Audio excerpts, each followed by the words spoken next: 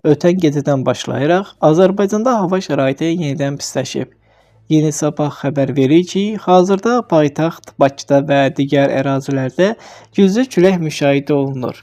Milli Hidrometeorologiya Xidmətindən verilən məlumata görə günün sonunda hava daha da pisləşəcək.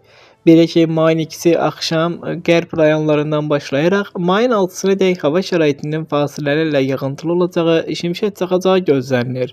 Ayrı-ayrı yerlərdə yağıntının leysan xarakterli intensiv olacağı, dolu düşəcəyi, yüksək dağlıq ərazilərdə sulu qara keçəcəyi ehtimalı var. Yağıntılarla əlaqədar çaylarda sululuğun artacağı, bəzi dağ çaylarından qısa müddətli daşqın və sel keçəcəyi istisna olunmur. Azərbaycanın cənub bölgəsində qar yağıb. Yeni Sabah az Oxaza istinadən xəbər verir ki, dünən axşam saatlarından Lerik rayonunun Orant və Pirosora kəndləri qarla örtülüb. Hazırda rayonda qeyri-sabit hava şəraiti davam etməkdədir.